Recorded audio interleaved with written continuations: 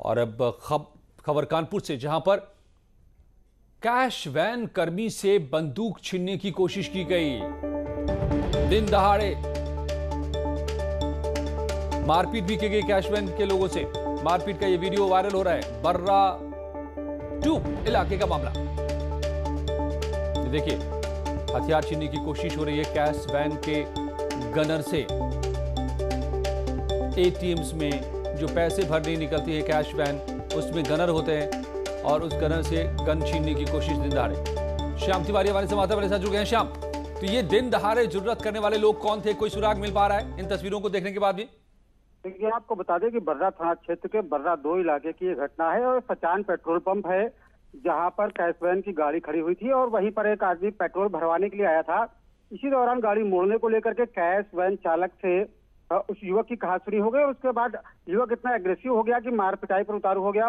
हालांकि cash van चालक ने बच करके वहां से निकलने का प्रयास किया, लेकिन युवक ने घेर करके उसके बाद गाली गलौज किया और उसकी बंदूक छीनने का प्रयास किया। जिसके बाद वहां पर मौजूद तमाम दूसरे लोग थे, उन्होंने बीच बचाव करने का प्रयास किया और समझा बुझा करके युवक को उसको भेजते हुए दिखाई पड़े। लेकिन इसी दौरान जो युवक जो काफी अग्रेसिव था, उसने जो बीच बचाव कर रहे लोग थे उनके साथ गाली गलौज करना शुरू कर दिया। जिसके बाद उन लोगों ने अग्रेसिव युवक को, जो कि कैश वैन का जो गार्ड है उसके साथ बदतमीजी कर रहा था, उसको जम करके मारा पीटा और वहां से भगा दिया। इस पूरे मामले में बर्रा थाना पुलिस को अभी तक कोई भी जानकारी नहीं है। दोनों पक्ष से बर्रा थाने से संपर्क नहीं किया गया है। जी, तो कानपुर से हमारे संवाददाता शाम बता रहे थे कि किस तरीके से देखिए एक युवक बातचीत कहासुनी शुरू हुई और उसके बाद मारपीट में तब्दील हुई। गनर से गन छीनने की कोशिश कैश वैन की। और हाथरस केस की सुप्रीम कोर्ट में सुनवाई हुई है। आरोपी की तरफ से सुप्रीम कोर्ट में जानकारी दी गई। पीड़ित परिवार जांच की जानकारी कर रहा है लीक, यह भी बताया गया है। सुप्रीम सीजेआई ने, चीफ जस्टिस ने कहा कि हाई कोर्ट में रखें अपनी जानकारी। सीजेआई ने कहा कि हमें सारे संसार का परामर्श नहीं चाहिए, हमने तीनों पक्षों को सुन लिया, यह काफी है, अब किसी नई अर्जी पर सुनवाई नहीं करेंगे। मामले पर आज पूरी सुनवाई हो गई है। अब इसके बाद फैसले को सुरक्षित रखा है सुप्रीम कोर्ट ने। सुशील पांडे हमारे संवाददाता मेरे साथ जुड़ गए हैं। सुशील, ये जो कोर्ट ने कहा कि हमें और किसी से बात नहीं करनी, क्या मतलब कोर्ट का था? आज सुनवाई में क्या क्या पक्ष सामने आए, किसने क्या कहा?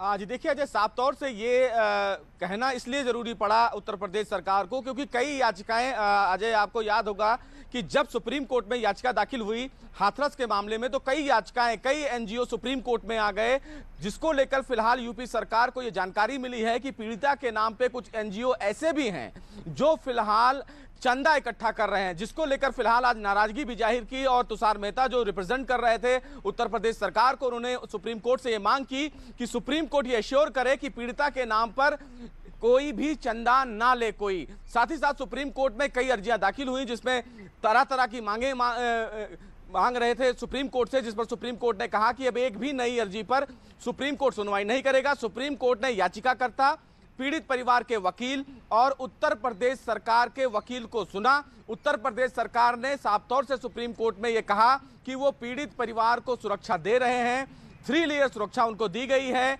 सीसीटीवी कैमरा इंस्टॉल किया गया है और साथ ही साथ उत्तर प्रदेश सरकार पीड़िता के परिवार को निष्पक्ष जांच और निष्पक्ष न्याय के लिए प्रतिबद्ध है और इसीलिए वो इस पूरे मामले की जो मॉनिटरिंग है वो सुप्रीम कोर्ट के सिटिंग जज या रिटायर्ड जज के देखरेख में करवाना चाहते हैं। इस पर याचिकाकर्ताओं की तरफ से जो वकील पेश हुई थी इंदिरा जयसिंह, उन्होंने कहा कि वो नहीं चाहती हैं कि इस पूरे मामले का जो ट्रायल है वो उत्तर प्रदेश में चले।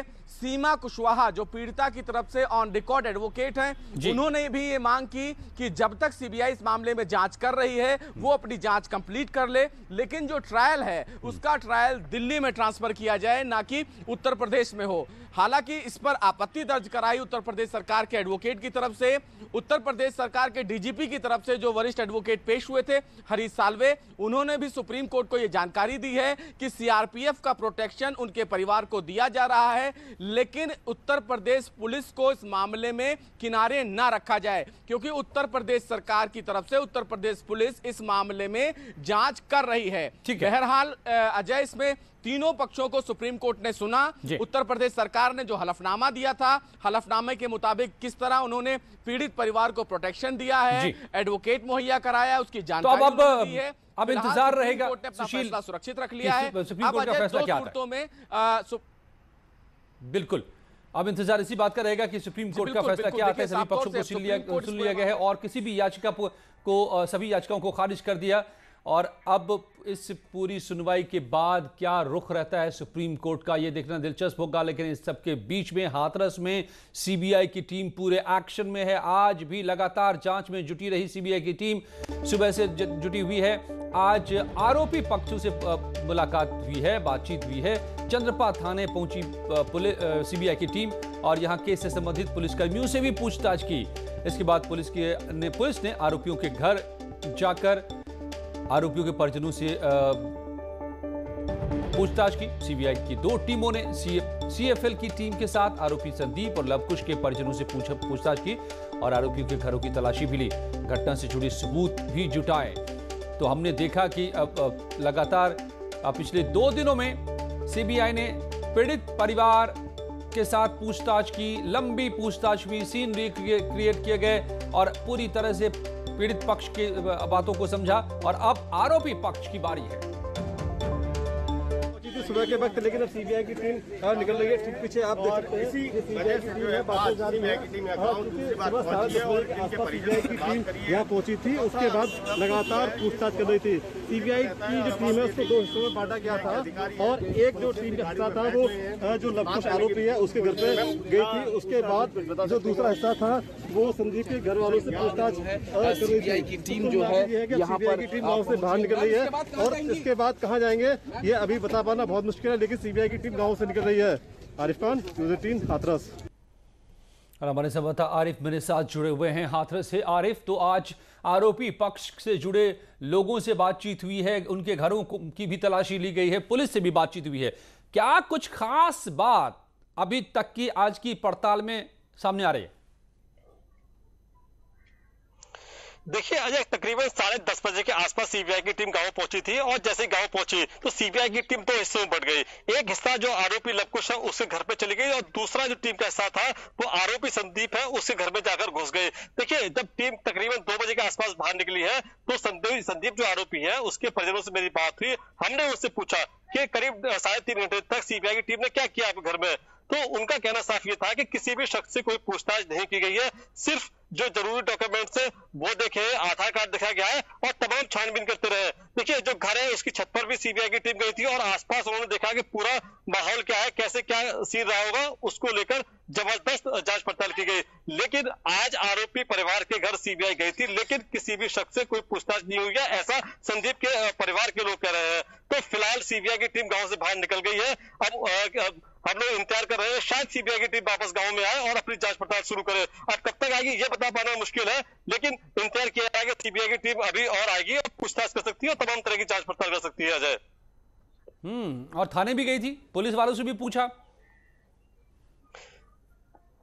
देखिए, सीबीआई लगातार ये डेरा जमाए हुए हैं और लगातार पूछताछ कर रही है। देखिए, कभी भी किसी को सीबीआई की टीम बुला लेती है, चाहे पुलिस के अधिकारी हो या इस पूरे केस से संबंधित जितने भी लोग हैं, कभी भी किसी बात को लेकर जब उनके दिमाग में कोई भी सवाल आता है या कोई संशय पैदा होता है या कोई शंका पैदा होती है, लिहाजा सीबीआई की टीम किसी को भी यह बुला लेती है, पूछताछ करती है। देखिए, यहाँ गाँव के बाहर थोड़ी दूर पर एक कृषि विभाग का ऑफिस है, वहां सीबीआई ने अपना ऑफिस बनाया हुआ है, वहां अपना डेरा जमाए हुए है। किसी को भी बुला लेती है फोन करके, चाहे वो इंस्पेक्टर हो, चाहे पुलिस वाले हो, चाहे तमाम जो पुलिस के अफसरान हो, उनको पूछताछ के बुला लेती है। लेकिन अब फिलहाल सीबीआई की टीम गांव के बाहर निकल गई है। अब सिर्फ इस बात का इंतजार है कि शायद सीबीआई द्वारा वापस आए या फिर जो घटनास्थल है वहां सीबीआई वापस जाए। जी अजय, और जो हवालात में हैं आरोपी, क्या उनसे भी सीबीआई मिली है अब तक या मिलने वाली है कोई जानकारी? उनसे भी तो पूछताछ जरूर करेगी सीबीआई की टीम। बिल्कुल, आरोपी जो 4 है वो जेल में बंद है। अलीगढ़ की जेल में 4 को बंद किया गया है, लेकिन अब चूंकि उनसे पूछताछ की करनी है तो कोर्ट में वो अर्जी दाखिल करेंगे। हो सकता है कि कोर्ट से वो रिमांड मांगे। चाहे आरोपियों के चूंकि रिमांड मांगेंगे, अगर मांगते हैं तो गांव भी लेकर आ सकते हैं, जहां घटना स्थल है वहां भी लेकर आ सकते हैं। ये सीबीआई का अगला कदम क्या होगा ये सीबीआई के ऊपर डिपेंड करेगा, कल, परसों या 4 दिन के बाद या आने वाले टाइम में कब वो रिमांड मांगते हैं। अलग अलग स्टेप है जांच के, अलग अलग स्टेप के हिसाब से सीबीआई जांच कर रही है। तो देखिए रिमांड का भी एक उनका स्टेप हो सकता है, क्योंकि जब तक आरोपी बाहर निकल के नहीं आएंगे तब तक उस वारदात के बारे में बहुत ठीक से डिटेल में जानकारी नहीं हो पाएगी। तो लिहाजा अजय अब उम्मीद जताई जा रही है कि रिमांड सीबीआई ले सकती है 4 आरोपियों का। जी अजय। साफ तौर पे सीबीआई धुआंधार जांच में लगी हुई है। पीड़ित पक्ष को खंगालने के बाद पूरी तरह से अब आरोपी पक्ष से तमाम पूछताछ सबूत जुटाने की कोशिश, घर में दौड़ा, घर की छानबीन आरोपियों के। अब अगला कदम क्या होगा सीबीआई का और क्या कुछ निकल के आ रहा है, बड़ा ही दिलचस्प है। लगातार सीबीआई पड़ताल में जुटी हुई है और इस बीच एक्टर विवेक ओबेरॉय के घर पर छापा मारा गया है।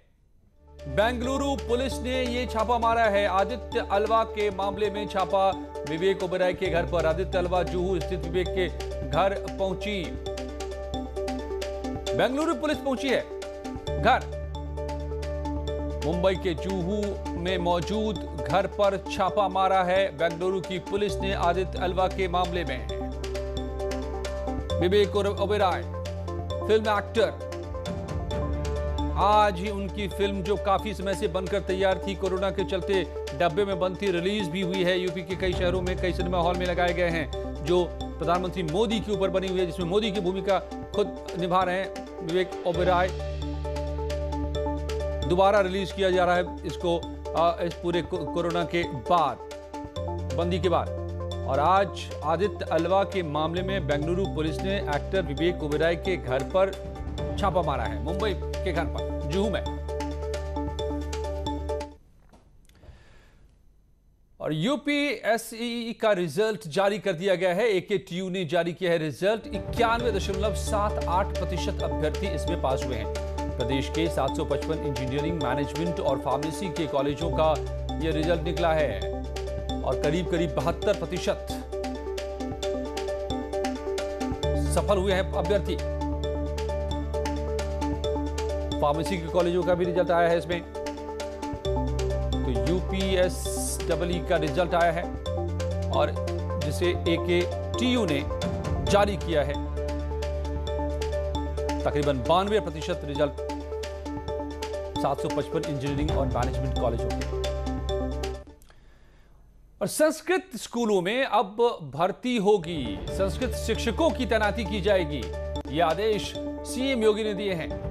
मानदेय पर तैनात होंगे ये शिक्षक, संस्कृत के टीचर्स, संस्कृत शिक्षक।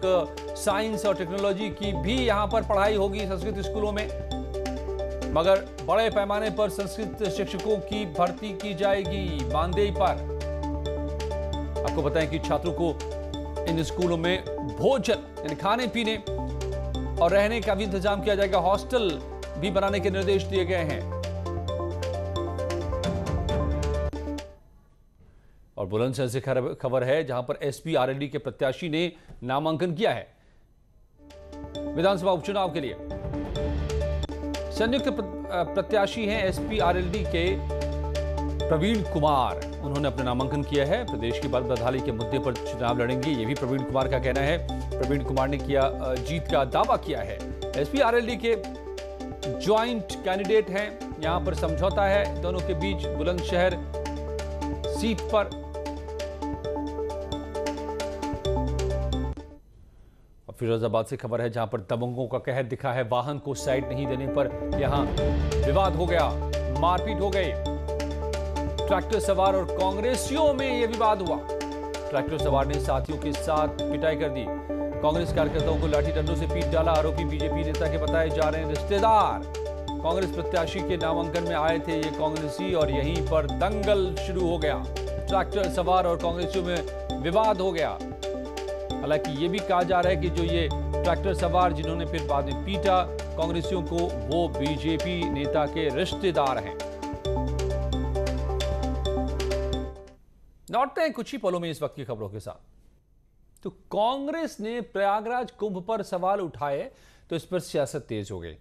कांग्रेस ने पूछा कि योगी सरकार ने 4200 करोड़ रुपए कुंभ पर क्यों खर्च किए। इस पर बीजेपी ने राहुल प्रियंका को सुविधावादी हिंदू बता दिया। यानी असम से मदरसों पर शुरू हुई सियासत अब कुंभ तक पहुंच गई है।